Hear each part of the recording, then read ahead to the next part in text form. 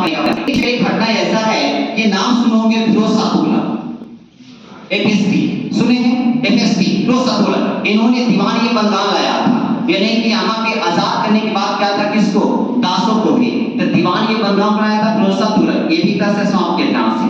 आइए यहाँ पे स्टार्ट करेंगे।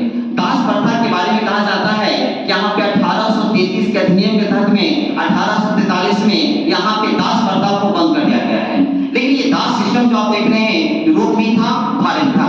सबसे ज्यादा जो प्रताड़ना हो रही थी वो यूरोप के था, भारत में उसका अपेक्षा कम था।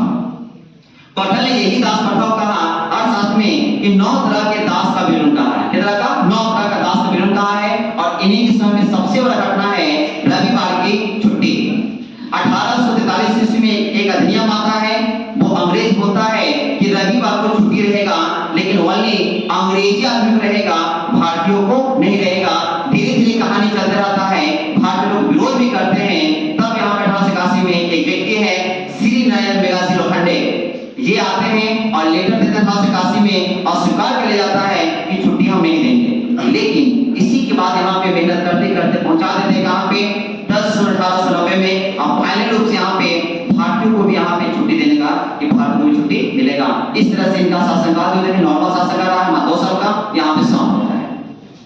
बात करें यहाँ पे लॉर्ड कैनिंग, लॉर्ड कैनिंग की बात करेंगे तो 1856 से 1862 तक इनका शासन कर रहा है। ये जैसे ही आते हैं तो वो भारत के गवर्नर जनरल के पद पर रहते हैं। सबसे पहले नजर आता है इनका विधवा विवाह पे, क्योंकि विलियम बेंटिक ने सती प्रथा को यहाँ पर ऑलरेडी अंत कर चुका था। जो भी महिलाएं विधवा घूम रही थी, शादी विवाह करना जरूरी था, लाते हैं विधवा विवाह। विधवा विवाह के लिए भारतीय लोग भी समर्थन देते हैं। नाम है ईश्वरचंद्र विद्यासागर, डीके कर्वे, वीरेश लिंगम कुडुल्लु, विष्णु शास्त्री पंडित। ये 4 व्यक्ति जो हैं भारतीय लोग यहाँ पे साथ देते हैं विधवा विवाह में।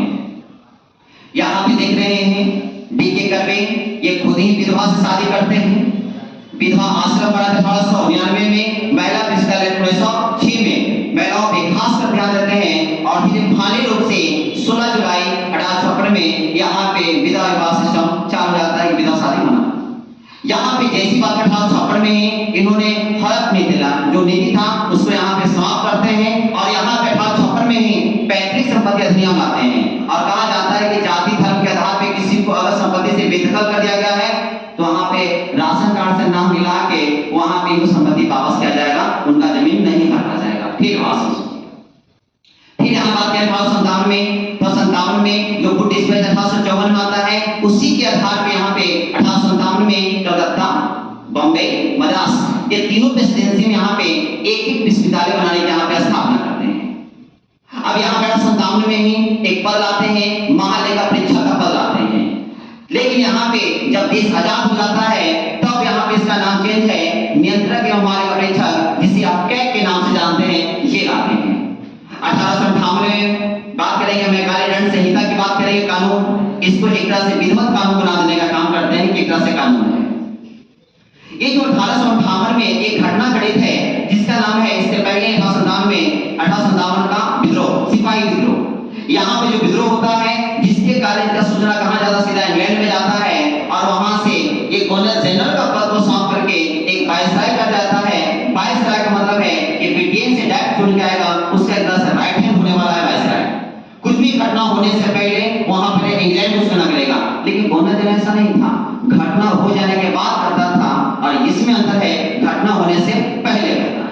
यहाँ पे आता है 1800, अब इसी पे महारानी आ जाती है।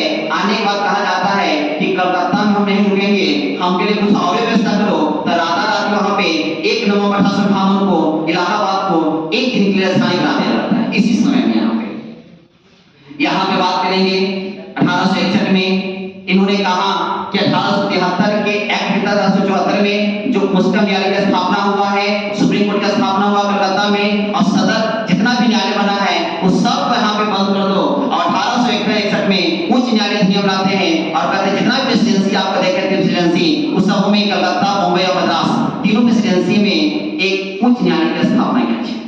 तीनों का डेट है 1862। लेकिन यहाँ पे कलकत्ता बोलेंगे 2 जुलाई, वो बोलेंगे 14 जुलाई, मद्रास बोलेंगे 15 जुलाई।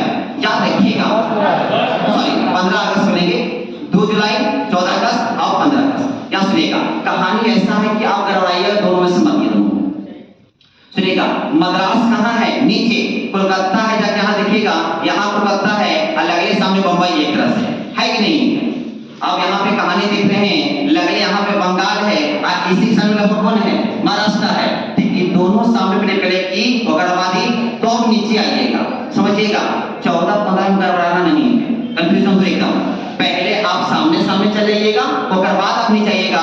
नहीं तो ये वाला तो याद है कि कोलकाता है, लेकिन ये दोनों में गड़बड़ की मद्रास की बम्बई, तो सीधा बोलना है कि ई और सामने ई, उसके बाद नीचे आना, नीचे बाद में आना है, कहीं नहीं आना है। देखिए 2 जुलाई, 14 अगस्त और 15 अगस्त का स्थापना हो चुका है।